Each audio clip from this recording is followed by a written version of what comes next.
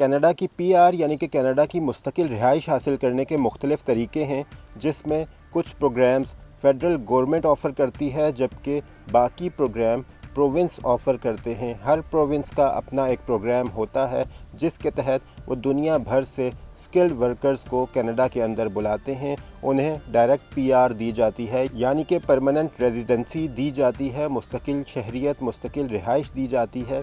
इसी तरह का एक प्रोग्राम प्रोविंशियल नॉमिनी प्रोग्राम आज की वीडियो में मैं डिस्कस करूंगा। आगे चलकर देखते हैं कि इसके क्या फ़ायदे हैं, कैसे इसके लिए अप्लाई किया जा सकता है। Manitoba provincial nominee program for skilled workers overseas, जैसा कि नाम से ज़ाहिर है कि दुनिया भर के अंदर जितने भी हुनरमंद अफराद हैं उनको मैनिटोबा का जो प्रोविंस है, कनाडा का ये प्रोविंस है मैनिटोबा, ये उन लोगों को अट्रैक्ट करता है, अपने सूबे के अंदर बुलाया जाता है ताकि लेबर शॉर्टेज जो है, जो हुनरमंद अफराद की कमी है सूबे के अंदर, उसको पूरा किया जा सके, एम्प्लॉयर्स की जो डिमांड है उनको पूरा किया जा सके। उसके लिए ये प्रोग्राम शुरू किया गया है। इस प्रोग्राम के तहत आपको डायरेक्ट पीआर दी जाती है। ये पॉइंट्स बेस्ड सिस्टम है। अगर आपके पॉइंट्स पूरे होते हैं तो आपको डायरेक्ट कनाडा की पीआर मिलती है, यानी कि कनाडा की मुस्तकिल शहरियत, मुस्तकिल रिहाइश मिलती है। ये पॉइंट्स बेस्ड सिस्टम कैसे काम करता है, किन बुनियादों पर इन पॉइंट्स को कैलकुलेट किया जाता है, उनका ज़िक्र आगे चलकर इस वीडियो में करते हैं। टोटल स्कोर 100 होता है, जिसमें से आपने 60 पॉइंट्स पूरे करने होते हैं। अगर आपके 60 पॉइंट्स पूरे हो जाते हैं तो आप इस प्रोग्राम के तहत अप्लाई करने के अहल होते हैं, आप अप्लाई कर सकते हैं। अगर आपके पॉइंट्स 60 से कम हैं तो आप इस प्रोग्राम के तहत अप्लाई नहीं कर सकते। ये पॉइंट्स किस बेस पर कैलकुलेट किए जाते हैं? सबसे पहले आपकी एज देखी जाती है।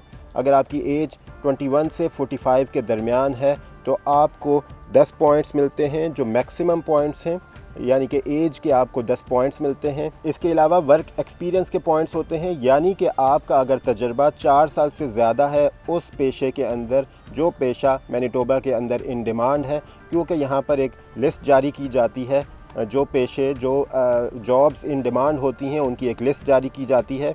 अगर आपका ताल्लुक़ उस प्रोफेशन से है और आपका तजर्बा उस प्रोफेशन के अंदर 4 साल से ज़्यादा है तो आपको मैक्सिमम 15 पॉइंट्स मिलेंगे, यानी कि एज और आपके वर्क एक्सपीरियंस के मिला के आपके 25 पॉइंट्स हो जाएंगे। इसके बाद बात आती है आइल्स की, यानी कि इंग्लिश लैंग्वेज टेस्ट की। इंग्लिश लैंग्वेज के अलावा अगर आपको फ्रेंच लैंग्वेज भी आती है तो वो आपके लिए प्लस पॉइंट होगा। इंग्लिश लैंग्वेज या फ्रेंच लैंग्वेज के पॉइंट्स कैलकुलेट किए जाते हैं। अगर आपका लैंग्वेज टेस्ट का स्कोर बेहतरीन आता है, चाहे वो इंग्लिश में हो या फ्रेंच में हो, तो आपको इसके मैक्सिमम पॉइंट्स मिलेंगे। जो मैक्सिमम पॉइंट्स हैं वो 25 हैं।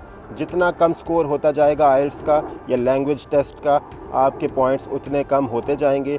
इसके अलावा जो चौथी चीज़ है जिसको सामने रखकर पॉइंट्स कैलकुलेट किए जाते हैं वो आपकी एजुकेशन है। आपकी एजुकेशन मैटर करती है इस प्रोग्राम के अंदर। अगर आप एमफिल हैं या आपके पास डॉक्टरेट की डिग्री है, पीएचडी होल्डर हैं, तो आपको एजुकेशन के मैक्सिमम पॉइंट्स मिलेंगे जो 25 पॉइंट्स हैं। लेकिन अगर आपके पास मास्टर्स डिग्री है तो आपको 23 पॉइंट्स मिलेंगे, यानी कि अगर आपके पास पीएचडी है या एमफिल है तो आपको एजुकेशन के भी 25 पॉइंट्स मिलते हैं, जो कि मैक्सिमम है। इसके अलावा आखिरी जो चीज़ है, जो 5वां फैक्टर है जिसको कैलकुलेट किया जाता है, जिसको सामने रखकर पॉइंट्स बनाए जाते हैं, वो है अडाप्टेबिलिटी। अडाप्टेबिलिटी से मुराद है कि आपका अगर कोई फैमिली मेम्बर मैनिटोबा के अंदर मौजूद है तो आपको उसके भी पॉइंट्स मिलते हैं। अगर आपका कोई family member close relative Canada के अंदर मौजूद नहीं है, मैनिटोबा के अंदर मौजूद नहीं है, तो आपका अगर कोई फ्रेंड भी मौजूद है तो उसके भी आपको पॉइंट्स मिलते हैं।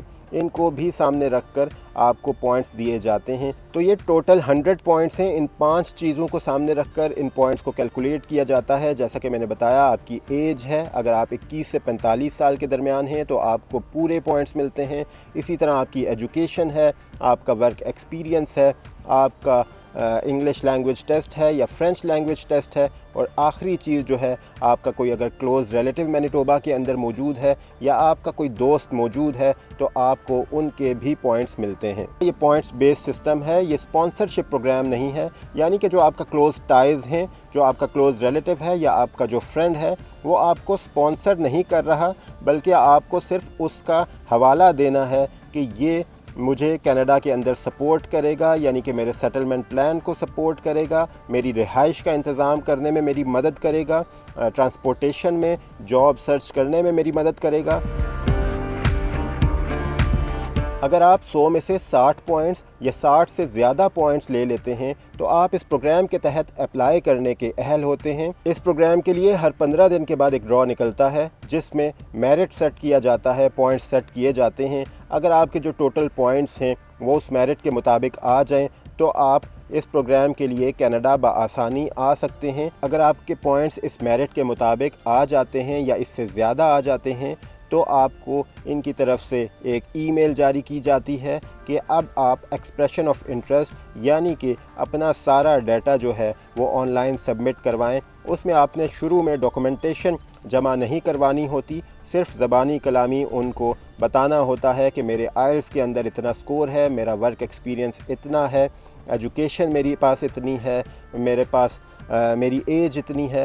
ये सारी चीज़ें आपने एक फॉर्म में फ़िल करके उनको भेजनी होती हैं। कुछ दिन के बाद आपको प्रोविंशियल गवर्नमेंट की जानिब से इनविटेशन टू अप्लाई का एक लेटर जारी हो जाता है कि अब आप अप्लाई कर सकते हैं, यानी कि अब आप अपने डॉक्यूमेंट सबमिट करवा सकते हैं। जो चीज़ें आपने पहले फॉर्म में बताई थी कि मेरे आइल्स का स्कोर इतना है, मेरी एज इतनी है, मेरा वर्क एक्सपीरियंस इतना है, अब आपने उन सब चीज़ों के प्रूफ जमा करवाने हैं, यानी कि आइल्स का सर्टिफिकेट आपने जमा करवाना है, अपना वर्क एक्सपीरियंस, अपने वर्क एक्सपीरियंस के जो कागजात हैं, जो सर्टिफिकेट्स हैं वो जमा करवाने हैं। इसी तरह आपने प्रूफ की शक्ल में सारी डॉक्यूमेंटेशन जो है उनको जमा करवानी है। उसके बाद प्रोविंशियल गवर्नमेंट उन सब डॉक्यूमेंट्स का जायज़ा लेगी, असेस करेगी।